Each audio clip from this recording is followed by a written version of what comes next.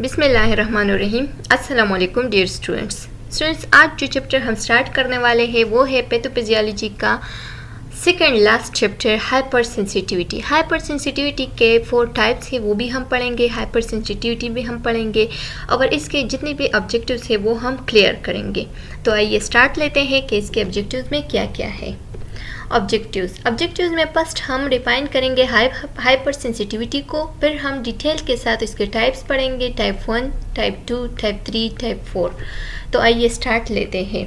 Start लेने से पहले आप लोगों से एक रिक्वेस्ट है कि हमारे चैनल को सब्सक्राइब करें, प्रेस द बेल आइकन ताकि नेक्स्ट वीडियो का नोटिफिकेशन आप लोगों को बहुत जल्द मिल सके। और अगर वीडियो पसंद आई है तो लाइक ज़रूर करें एंड कमेंट भी करें। हाइपर सेंसिटिविटी हम किस चीज़ को कहते हैं? जब हमारा इम्यून सिस्टम एक्सेसिवली एक्टिवेट हो जाए तो उस दौरान हम कहते हैं कि हाइपर सेंसिटिविटी हो गई है, यानी एलर्जी वगैरह हो गई है। इसको हम एलर्जीज भी कह सकते हैं। Hypersensitivity reaction or allergies are damaging reaction of the body immune system to a specific substances. The body normally secrete antibody cells produced by the bone marrow and other cells to fight against foreign substances. हमारे body में क्या बनते हैं? हमारी body का जो immune system है वो नॉर्मली सिक्रीट करते हैं एंटीबॉडीज़ को। और एंटीबॉडीज़ को क्यों सिक्रीट करते हैं? ताकि जो फॉरेन सब्सटेंसेस आते हैं तो उसको अटैक करके, उसके साथ फाइट करके उसको किल करे। तो उसको किल करने के लिए हम एंटीबॉडीज़ प्रोड्यूस करते हैं, हमारा इम्यून सिस्टम एंटीबॉडीज़ प्रोड्यूस करते हैं। तो अगर ये इम्यून सिस्टम ओवर सेंसिटिव हो जाए, एक्सेसिव सेंसिटिव हो जाए और ये अपने नॉर्मल रेंज से ज़्यादा एंटीबॉडीज़ बनाना शुरू कर दे तो उस दौरान हम कहते हैं कि हाइपर सेंसिटिविटी हो गई है या एलर्जीज हो गई है। All that in the immune system generally and protective, the same immunologic mechanism that depend the host at time may result in severe damage to tissue and occasionally may cause death.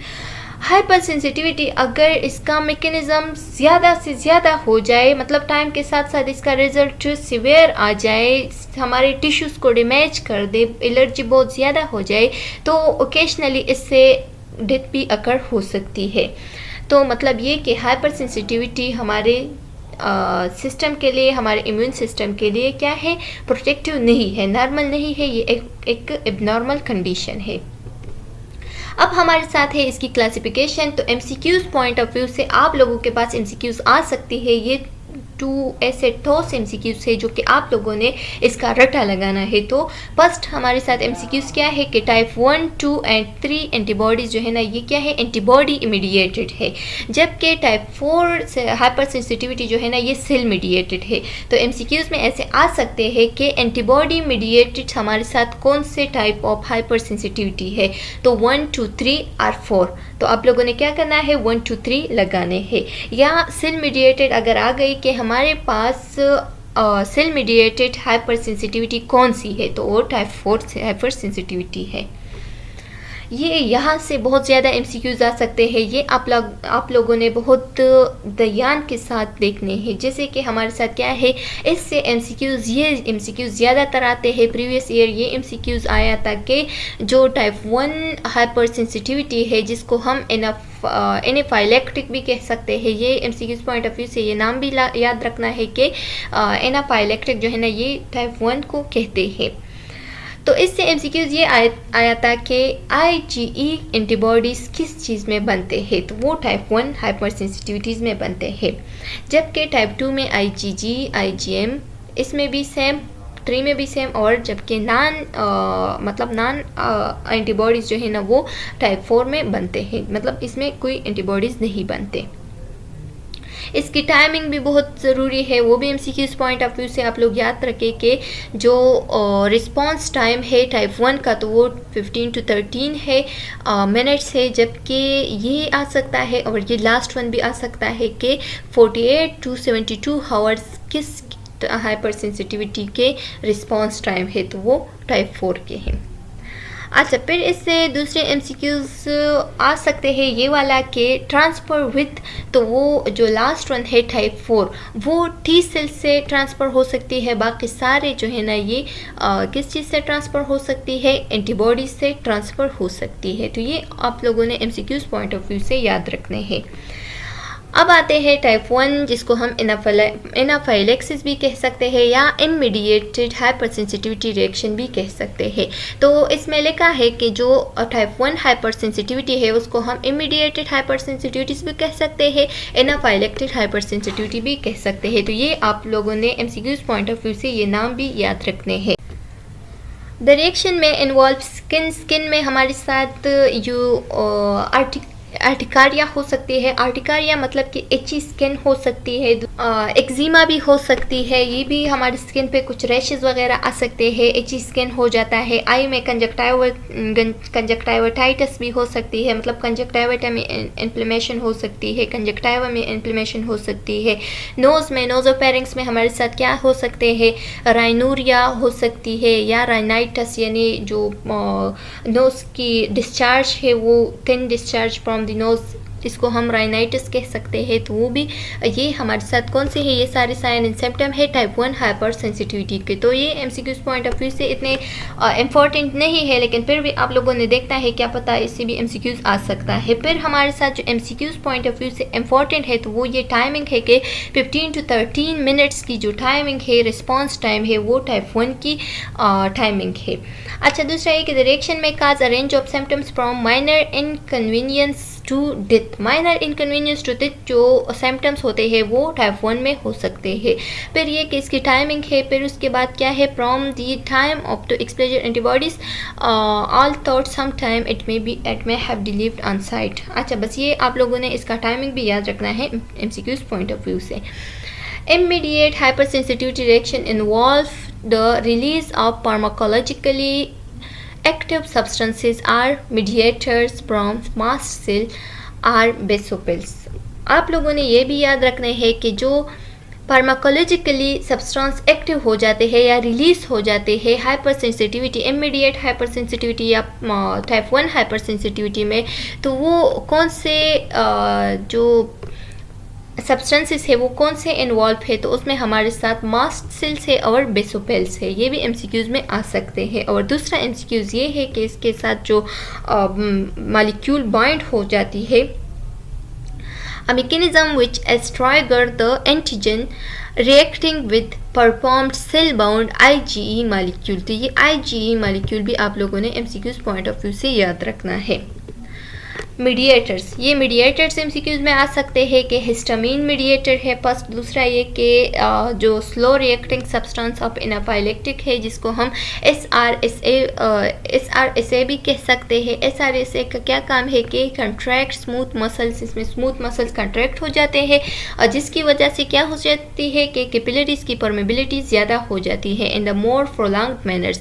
ब्रीडिकाइनिन जो है ना, ये हमारे साथ काज करती है smooth muscles contraction, ये भी स्मूथ मसल कंट्रैक्शन काज करती है, लेकिन इसमें यह होता है कि स्लो हो जाता है, क्या इन अ स्लो प्रोलॉन्ग्ड मैनर। ये स्लो एंड प्रोलॉन्ग्ड मैनर में ये क्या हो जाते हैं, स्मूथ मसल कंट्रैक्ट हो जाते हैं।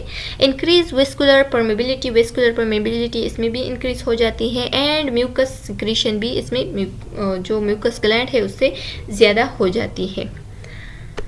एसिनोफिल कीमोटैक्टिक फैक्टर ऑफ एनाफाइलेक्सिस, इसको हम ECFA भी कह सकते हैं। ये हमारे साथ अट्रैक्ट हो जाते हैं eosinophil to area of allergic inflammation के साथ, मतलब ये जो एसिनोफिल है उसके साथ अट्रैक्ट हो जाते हैं। और दूसरा ये कि ये क्या करते हैं, टू एरिया ऑफ, जहाँ पे एलर्जिक इन्फ्लेमेशन हो जाता है वहाँ पे ये एसिनोफिल के साथ अट्रैक्ट हो जाते हैं।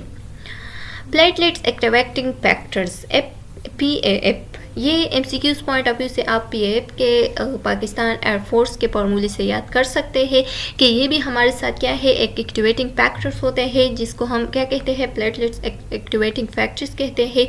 इसका काम ये होता है कि ये क्या करते हैं, ये जो है ना aggregation, platelet aggregation and release of वेसो active amines, ये वेसो एक्टिव अमाइंस जो होते हैं वो इसकी ज़्यादा से ज़्यादा सिक्रीशन कर देती है, प्लेटलेट्स की ज़्यादा सिक्रीशन कर देती है। और दूसरा ये कि वेस्कुलर परमेबिलिटी भी ये इंक्रीज़ कर देती है, स्मूथ मसल कंट्रैक्शन भी कर देती है एंड ब्रोंको कंस्ट्रक्शन भी कर देती है। प्रोस्टाग्लैंडिन का क्या फंक्शन होता है, और प्रोडक्ट ऑफ साइक्लोऑक्सीजनेस, ये एक प्रोडक्ट होता है साइक्लोऑक्सीजनेस मेटाबॉलिज्म का। आप किस चीज़ में? ऑफ अरकेनाइट एसिड में। प्रोस्टाग्लैंडिन E1 जिसको हम PGE1 भी कह सकते हैं and prostaglandin E2 are protein are potent strong bronchodilators and vasodilators, जो कि हमारे साथ क्या है, जो PGE1 एंड PGE2 है, ये हमारे साथ पोटेंट एंड स्ट्रॉन्ग ब्रांकोडाइलेटर्स है एंड विजोडाइलेटर्स है। जबकि जो PGI2 है ये हमारे साथ, इसको हम क्या कह सकते हैं, इसको हम प्रोस्टासाइक्लिन भी कह सकते हैं। प्रोस्टासाइक्लिन जो PGI1 प्रोस्टाग्लैंडिन I2 है उसको हम प्रोस्टासाइक्लिन भी कह सकते हैं। ये भी MCQs पॉइंट ऑफ व्यू से आप लोगों ने याद रखना है। और इसका काम क्या होता है, ये डिसएग्रीगेट ऑफ सेपरेट प्लेटलेट्स कर देता है। ये हमारे साथ था टाइप 1 हाइपर सेंसिटिविटी। फिर हमारे साथ है type 2 hyper sensitivity. Type 2 hyper sensitivity में MCQs पॉइंट ऑफ व्यू से आप लोगों ने याद रखना है कि ये जो reactions are mediated by IgG और IgM, दोनों में ये रिएक्शन मीडिएटर है। दूसरा ये कि ये against target antigen on the surface of the cell, the antigen may have endogenous and are exogenous or absorbed। अच्छा, दूसरा ये कि इसका एग्जांपल हमारे साथ क्या है, मिसमैचेस ब्लड ट्रांसफ्यूजन। अगर मिसमैच ब्लड ट्रांसफ्यूजन हो जाए या कोई हेमोलाइटिक मतलब ब्लड डिजीज़ हो किसी न्यू बॉर्न बेबी में, मतलब उसका जो ब्लड ग्रुप होता है माँ के साथ, तो उसके लिए जो हाइपर सेंसिटिविटी हो जाती है। तो ये हमारे साथ एग्जांपल है टाइप 2 हाइपर सेंसिटिविटी के, जिसको हम साइटोटॉक्सिक एंटीबॉडीज रिएक्शन भी कह सकते हैं। इसमें हमारे साथ 3 MCQs आ सकते हैं। एक ये कि IgG एंड IgM ये mediated by IgG and IgM antibodies है। दूसरा ये कि ये इसकी जो एग्जाम्पल है वो हमारे साथ ब्लड ट्रांसफ्यूजन है। जितने भी ब्लड रिलेटेड डिजीजेस है ये हमारे साथ टाइप 2 हाइपर सेंसिटिविटी में हो जाते हैं। ये वही बातें हैं कि जितनी भी ब्लड रिलेटेड डिजीजेस है, auto immune haemolytic disease, white blood cells lysis, systematic lupus erythematosus, erythematosus, जिसको हम SLE कह सकते हैं, ग्रेनुलोसाइटोपेनिया जब ग्रेन्यूल्स की कमी आ जाए, idiopathic unknown cause of thrombocytopenic मतलब जब प्लेटलेट्स कम हो जाए ब्लड में, परपोरा मतलब ब्लड में जब प्लेटलेट्स कम हो जाए, नेप्रोटॉक्सिक नेफ्राइटिस हो सकती है, मतलब जो किडनी वगैरह है उसकी कोई वो हो जाए, नेप्रोटॉक्सिक हो जाए, तो उसकी वजह से भी ये सारे हमारे साथ क्या है, ये हमारे साथ या पेंसिलिन एलर्जी हो जाए तो ये टाइप 2 की रिएक्शंस होते हैं या इसकी साइन एंड सिम्टम्स है।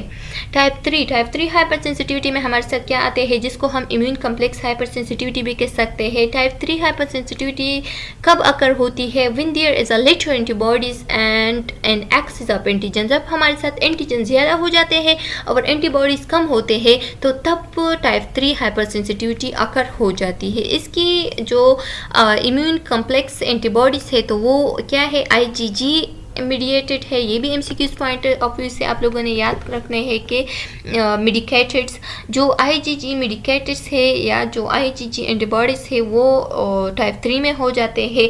Large amount of antigens and antibodies form complexes in the blood, it's not eliminated, can deposit in capillaries और joint and trigger inflammation, alteration in blood flow, increase vascular permeability. ये vascular permeability भी increase कर देती है, blood flow में changes आ जाती है और destructive reaction action of inflammatory cells भी हो सकती है। इसमें ये टाइप 3 की कुछ साइन एंड सिम्टम थे। अच्छा, टाइप 3 जो है ना ये क्या है, ये रिस्पॉन्सिबल है for the vasculitis in the certain immune auto immune disease. जितनी भी ऑटो इम्यून डिजीज़ है तो वो किस वजह से हो सकती है, टाइप 3 में अकर हो सकती है। जैसे कि हमारे साथ SLE है। SLE जैसे कि हमने पढ़ा कि SLE किस चीज़ को कहते हैं, जो सिस्टमेटिक लूपस एरिथेमेटोसिस है। सिस्टमेटिक लूपस एरिथेमेटोसिस को हम SLE भी कह सकते हैं। तो ये हमारे साथ टाइप 2 में भी आ सकते हैं, टाइप 3 में भी ये अकर हो सकती है। टाइप 3 के हमारे साथ फिर जब सीरम सिकनेस हो जाए तो ये भी एक type of hyper sensitivity type 3 hyper sensitivity है। दूसरा ये कि हाइपर सेंसिटिविटी नमूनाइटिस हो सकती है, जब नमूनिया या इन्फ्लेमेशन एंड हमारे जो रेस्पिरेटरी ट्रैक है उसमें हो जाए तो उसको हम टाइप 3 की हाइपर सेंसिटिविटी कह सकते हैं। पोस्ट स्ट्रेप्टोकोकल ग्लोमेरुलोनेफ्राइटिस ये भी हो सकती है, यानी अगर कोई पोस्ट स्ट्रेप्टोकोकल यानी स्ट्रेप्टोकोकस बैक्टीरिया की वजह से कोई ग्लोमेरुलर में इन्फ्लेमेशन हो गई हो तो ये भी एक टाइप 3 हाइपर सेंसिटिविटी की साइन एंड सिम्टम है या टाइप 3 हाइपर सेंसिटिविटी की रिएक्शन है। ऑटो इम्यून जितनी भी ऑटो इम्यून डिजीजेस है जैसे कि हमारे साथ रूमेटॉइड अर्थराइटिस वगैरह हो गए तो ये भी टाइप 3 हाइपर सेंसिटिविटी की एक रिएक्शन है। फिर लास्ट में जो हमारे पास है वो है टाइप 4 हाइपर सेंसिटिविटी, जिसको हम सेल मीडिएटेड रिएक्शन भी कह सकते हैं या डिलेड हाइपर सेंसिटिविटी कह सकते हैं। Delayed hypersensitivity tissue damage result from the interaction between sensitized T cell. ये टी सेल के क्या होता है, रिएक्शन होता है। जब टी सेल सेंसिटाइज्ड हो जाए तो उसका रिएक्शन जो रिजल्ट में आता है, मतलब जो हमारे साथ टी सेल की सेंसिटिविटी की वजह से जो टिश्यूज़ डैमेज हो जाते हैं, अब बहुत डिलेड हाइपर सेंसिटिविटी हो जाती है, एक स्पेसिफिक एंटीजन की हाइपर सेंसिटिविटी हो जाती है, तो उसको हम क्या कहते हैं, सेल मीडिएटेड रिएक्शन कहते हैं या डिलेड हाइपर सेंसिटिविटी कह सकते हैं। तो जहाँ पे भी T cells sensitivity of T sales या स्पेसिफिक एंटीजेंस की बात आ जाए तो इसका मतलब ये है कि ये टाइप 4 की हाइपर सेंसिटिविटी की बात हो रही है।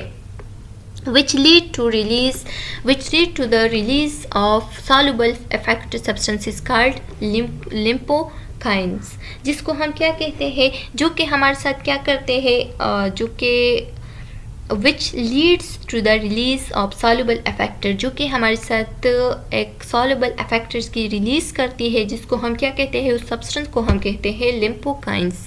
डायरेक्टली साइटोटॉक्सिसिटी, और ये हमारे साथ डायरेक्टली साइटोटॉक्सिसिटी काज करती है, यानी हमारे जो सेल होते हैं वो टॉक्सिक बन जाते हैं। साइटो मतलब toxic cells. This reaction is independent of antibodies and complements but is dependent upon two type of functioning T cells।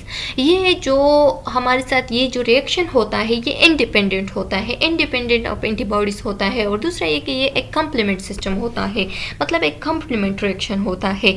But is dependent, लेकिन तब ये डिपेंडेंट होता है जब हमारे साथ two type of functioning of T cells हो, जैसे कि T4 सेल्स होते हैं प्लस सेल्स या T4 प्लस और सेल्स भी, ठीक है, तो उस दौरान ये डिपेंडेंट हो जाता है।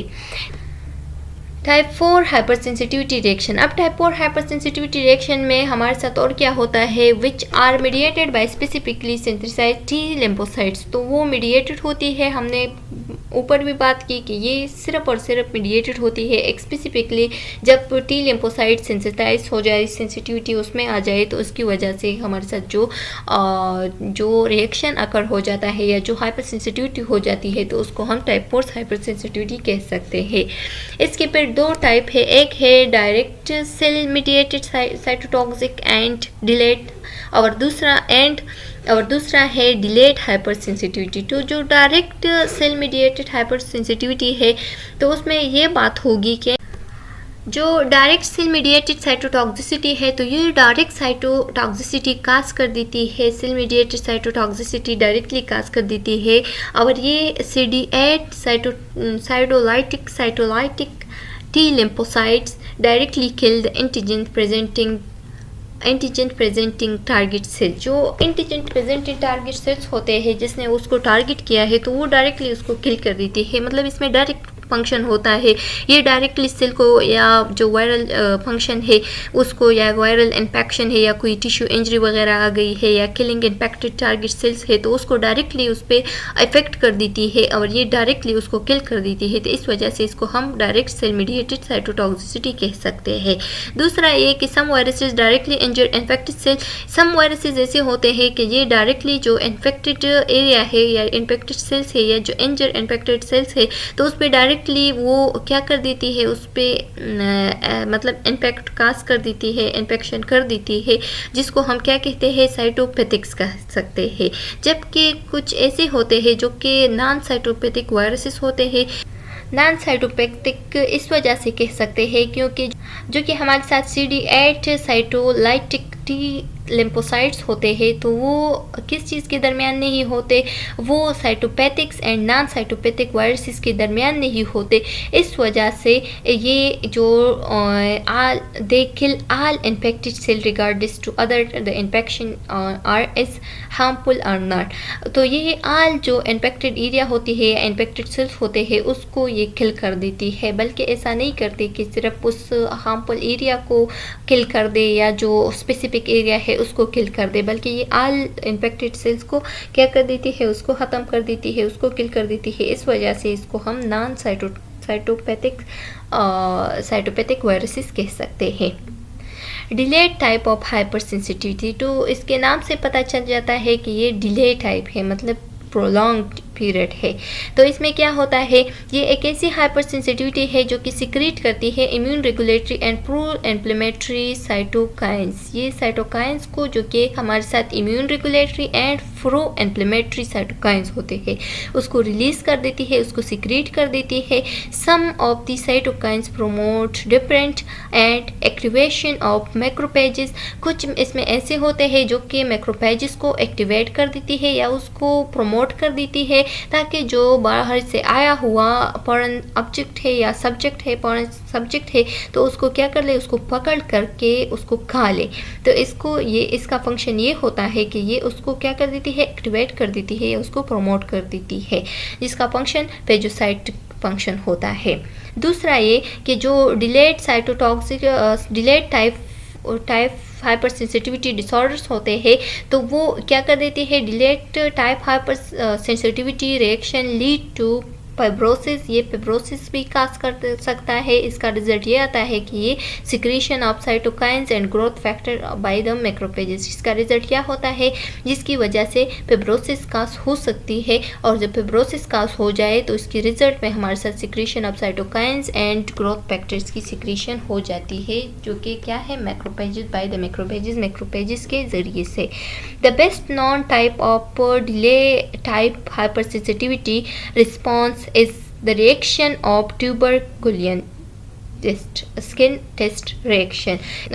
तो इसमें हम क्या कर देते हैं, टीबी का टेस्ट कर देते हैं, और इस टेस्ट के लिए जो हम स्किन एरिया को सेलेक्ट कर देते हैं तो उस स्किन एरिया में हमारे साथ जो इंजेक्शन हम अंडर द स्किन लगा देते हैं तो वो इंजेक्शन हमारे साथ 8 to 12 आवर एक इन्फ्लेमेशन का रिस्पॉन्स शो करता है, जिससे कि वो एरिया हमारे साथ रिडन हो जाती है।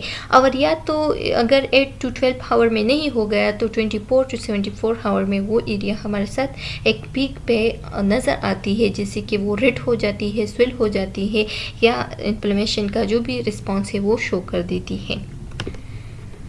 ये रेफरेंस है, यहाँ से ये टॉपिक लिया गया है। मज़ीद इन्फॉर्मेशन के लिए आप लोग ये सर्च कर सकते हैं। उम्मीद है कि आप लोगों को ये चैप्टर समझ में आ गया होगा। सब्सक्राइब करें, कमेंट करें and press the bell icon ताकि नेक्स्ट वीडियो का नोटिफिकेशन आप लोगों को बहुत जल्द मिल सके। नेक्स्ट वीडियो में मिलते हैं, तब तक के लिए अल्लाह हाफिज़।